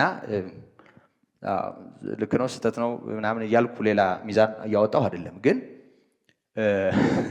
ከዚህ በፊትም ያነሳሁት ይመስለኛል። ለምሳሌ ብዙ ሰው ወደ ቤተክርስቲያን ሲሄድ ጠዋት ከሆነ እሑድ ቢሆን ለምሳሌ ነው ምለው ወዴት ነው የምትሄደው ሲባል ለማስቀደስ ይላል። ምን ማለት ነው? ለማስመስገን ማለት ነው። ቀደሰ አመሰገነ ነው አይደል? መቀደስ ማለት ማመስገን ነው። ማስቀደስስ ማለት ማስመስገን ማለት ነው። ወዴት ነው የምትሄደው? ላስመሰግን። ላስመሰግን ማለት እነማን ያመሰግናሉ? አምስቱ ልዑካን ያመሰግናሉ። እኛ ደግሞ ጥግ ላይ ቆመን እናስመሰግናለን አይደል? እንደሱ እኮ ነው። ያው እንደሱ ነው። በደንብ ካየ ነው እንደሱ ነው። እና የሚያመልኩ አሉ፣ የሚያስመልኩ አሉ አይደል? ያው እኮ ማለት ነው። ስሙን ቋንቋን የቀየረው እዛ ግዕዝ ነው፣ እዚህ ጋር አማርኛና ሌላም ሊሆን ይችላል። በደንብ ስንቀናጣ ደግሞ ትንሽ ከእንግሊዝኛዋ። ስለዚህ ወገኖች አስቀዳሽ ሳይሆን ቀዳሽ፣ አስመላኪ ሳንሆን አምላኪ፣ በዚህ ልዑል እግዚአብሔር ፊት ዝቅ ብለን ጌታን በፍቅር በማስተዋል የምናመልክ እንድንሆን እግዚአብሔር እድል ሰጥቶናል። ለማንኛውም ሁለተኛ ጢሞቴዎስ ምዕራፍ 2 ከ17 እስከ 18 ሄሜኔዎስ እዛ ሁለተኛ ጊዜ ለጢሞቴዎስ መልእክት ሲጻፍ ከመጀመሪያ ይልቅ አድጎ እዛ ጋ ተጠርቷል እና እንዳልተማረና በክፋት እንደቀጠለም የሚያሳይ ነገር ነው። እስክንድሮስ አሁንም በዚሁ በሁለተኛ ጢሞቴዎስ ምዕራፍ 2 ላይ እንደገና ስሙ ተጨምሮ ተጠቅሷል። እንደገና በሁለተኛ ጢሞቴዎስ 4:14 ላይ እንደገና ያነሰዋል እና እነዚህ ሰዎች መጀመሪያ አካባቢ ለፍላፊዎችና ተሳዳቢዎች እንደነበሩ እዚህ ጋር ተጽፏል። ስድብ እንዳያጋቡ ነው ውግዘት የተላለፈባቸው። በሁለተኛ መልእክቱ ላይ ግን ትምህርታቸውና ኑፋቂያቸው በግልጽ ተገልጧል። ከስድብ ዝም ብሎ ከመለፍለፍ፣ በጎ ሕሊናን ከማጣት፣ በእምነት ከመድከም አደጉ። ግልጽ ነው። አደጉና ትንሣኤን የሚገለብጥ ትምህርት ይዘው ተነሱ እና ንግግራቸው በጣም ከባድ ስለሆነ ቃላቸው እንደ ጭንቁር ይባላል ይለዋል። ጭንቁር ማለት ጋንግሪን ማለት ነው። ይሄ የመንፈሳዊ ሕይወት ጋንግሪን በቃ በጣም የሚባላ የሕይወትን በጣም የሚጎዳ አይነት ንግግር ያላቸው በጣም መርዛም የሆኑ ምላሳቸውን ጠላት የሚጠቀምበት ሰዎች ናቸው እነዚህ ሰዎች እና በስተት ትምህርትና ልክ ባልሆነ ንግግር ቤተክርስቲያንን የሚጎዳ ነገር የነበራቸው ሰዎች ናቸው። በመሰረቱ ትንሣኤን ከመካድ በላይ ትልቅ ኑፋቄ የለም አይደል? ይሄን ታውቃላችሁ። እና ይሄን ነጥብ በተመለከተ እንደው ቀጣዩ ምዕራፍ ከማንሳታችን በፊት ደግመን ብናነሳ ደስ ይለኛል። አነሳዋለሁ። ምክንያቱም በዚህ ዙሪያ ኑፋቄውንም በተመለከተ ጥቂት እንደ እግዚአብሔር ቃል ያው ተስፋችንን ከትንሣኤ ጋር የተያያዘው ነገር ማንሳት ስለሚገባ እና እንግዲህ አልተማሩም። ሁለተኛ ጊዜ መልእክት በጻፈ ጊዜ ትምህርታቸው አድጎ የበለጠ ጎጂ ሆኖ ተገኝቷል። እንግዲህ ክርስትናውን እንዴት የሚጎዳ ልክ ያልሆነ ነገር ሰይጣን በእነዚህ በኩል አሾልኮ እንዳገባና በኑፋቄ በኩል ሰይጣን እንዴት እድል እንዳገኘ ነው የሚናገረው። ምክንያቱም ለክርስቶስ ከሚሆን ቅንነት ሰው ከወጣ እምነትና በጎ ሕሊና ሰው ካጣ ሰይጣን ይጠቀምበታል እና እነዚህን ሰዎች ተጠቅሞ ሰይጣን ራሱን ለማስመለክ ይሰራባቸው ነበርና ማውገዙ ልክ ነው፣ ውግዘትም ልክ ነው። ልክ የማይሆነው የምናወግዝበት ሁኔታ ሊሆን ይችላል። ግልጽ ነው። እንደው ዝም ብሎ ድሮ በክርስቶስ ላይ ጥርጣሬ ያላቸው ሰዎች ናቸው የሚወገዙት። አሁን ክርስቶስን የሚያምኑ ናቸው የሚወገዙት። ተወግዘን ከሆነ ማለት ነው። ነገሩ አልተወገዝንም። ወፈ ግዝት የሚሉት ነገር አለ። ወፈ ግዝት ማለት እቺ የምትበራዋን ወፍ አሳሪ እንደማለት ነው። በዚህ ላይ ብን የምትለዋን ገዝቼሻለሁ ብንላት ይገባታል ይሆን? ምንም የለም። እና እንደዚህ ዝም ብሎ አየር የሚቀስፉ ሰዎች ወፈ ግዝት ነው የሚባሉት እዛው ቤትም ቢሆን እና የዛሬዎቹ ወፈ ግዝቶች ናቸው። ዝም ብለው ተገላብጦባቸዋል። የድሮዎቹ ያላመነውን ክርስትናውን የሚያጨቀየውን እንደዚህ አይነት ተሳዳቢ የሆነውን ክፉን ነው የሚያወግዙት። የዘንድሮቹ ዘማሪ ነው የሚያወግዙት። የዘንድሮቹ ሰባኪ ነው የሚያወግዙት። የዘንድሮቹ ክርስቶስን የሚያምነውን ነው የሚያወግዙት። በክርስቶስ የሚያምነውን ነው የሚጠሉት። እነዚህ ድለቢሶች ናቸው። ምንም ውስጥ አይገቡም ማለት ከድሮም ከዘንድሮም የሉም እነዚህ እና ምስኪኖች ናቸው። እግዚአብሔር ምሕረት ያርግላቸው። ለማንኛውም ግን እንደ ጤነኛው ትምህርት የቤተክርስቲያንን ሕይወት መጠበቅ መልካም ነው። ከዚሁ ጋራ በተያያዥነት ከዚህ መስመር መውጣት፣ እንደዚህ ከማምለክ መውጣት፣ ከቤተክርስቲያን መለየት፣ ከመንፈሳዊ ነገር መለየት ለጠላት ተላልፎ መሰጠት ነው እና ጳውሎስ ለሰይጣን አሳልፌ የሰጠኋቸው ነው የሚለው። ለሰይጣን አሳልፎ መስጠት ማለት ማውገዝ ነው። መቼም ሰይጣን አሁን ቤተ እምነት አለው ይባላል። የሰይጣን የአምልኮ ስፍራ ተገንብቷል ምናምን ሲባል ይሰማል አይደል? አሜሪካን አካባቢ እንደሱ አይነት ነገር ሳታኒክ ቸርች ምናምን የሚባል ነገር እሰማለሁ። በመሰረቱ ይህንንም የሚያወሩ ሰዎች ልክ አይደሉም። ቸርች የሚለው ቅጽል ካለበት ሳታኒክ አይባልም። ግልጽ ነው፣ አይባልም። ሌላ ስም ነው መውጣት ያለበት እና ቃሉ ልክ አይደለም። እኛ ማስተካከል አለብን። የሰይጣን ቤተክርስቲያን የሚባል ነገር የለም። ግልጽ ነው፣ የለም። ቤተክርስቲያን የማን ናት? የክርስቶስ። አንድ ናት ያለችው፣ እሷም የክርስቶስ ናት። ሌላ ካለ ሌላ ስም እንፈልግላት። ሰይጣንን ያመልካሉ። አሁን ብዙ በሶሻል ሚዲያ ላይ የሚጽፉ ሰዎች ለነገሩ ግርድፍ ጸሐፊዎች ናቸው ብዙዎቹ። ምን እንደሚጽፉ ምን እንደሚናገሩ ያው ለዩቲዩብ ግብአት ይመስለኛል። ብዙዎች በቃ ያገኟትን ነገር ሳያላምጡ ዝም ብለው እዛ ላይ ይጭናሉ እና እሱም ያው ልክ አይደለም። ለማንኛውም ሰይጣን በግልጽ ሊመለክ ይችላል። አሁን ሊኖረው ይችላል። ቤት አምልኮ የሚያመልኩት ሊያመልኩት ይችላል። ያው ሲመለክ ነው የኖረው ይታወቃል አይደል? እኔ ሰይጣን ነኝ ብሎ ተመልኮ አያውቅም እንጂ አሁን በቃ በዘንዶነቱ ሊገለጥ ጫፍ ላይ ደርሶ ሊሆናል እንጂ ነበረ እና ሰይጣናዊ አምልኮ ድሮም ነበረ፣ አሁንም ሊኖር ይችላል። ከዛ ውጪ ግን ሰይጣን እያለ ያለው እንደው ከመንፈሳዊ ክልል ውጪ የሆነውን ማንነት እንጂ በቁሙ ሰይጣን እዛ ጋር ቤት ሰርቶ ወስዶ አስረክቦ ነው ማለት አይደለም። እና ከዚህ ክልል መውጣት ምን ማለት ነው? በሌላ ቋንቋ ለሰይጣን አሳልፎ መስጠት ማለት ነው። እና ይሄንንም በደንብ አስቡበት።